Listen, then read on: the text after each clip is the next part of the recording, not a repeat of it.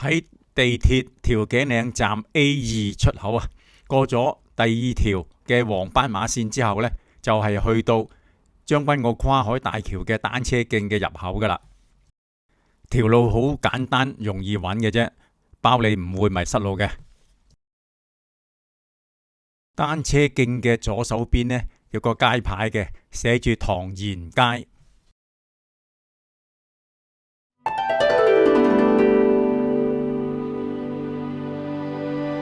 我就係喺呢一度開始踩嘅啦。記住，踩咗冇幾耐，大概係分零鐘到啦，要轉右，留心指示牌就 OK 噶啦。然後呢，就可以斯斯然咁踩上大橋。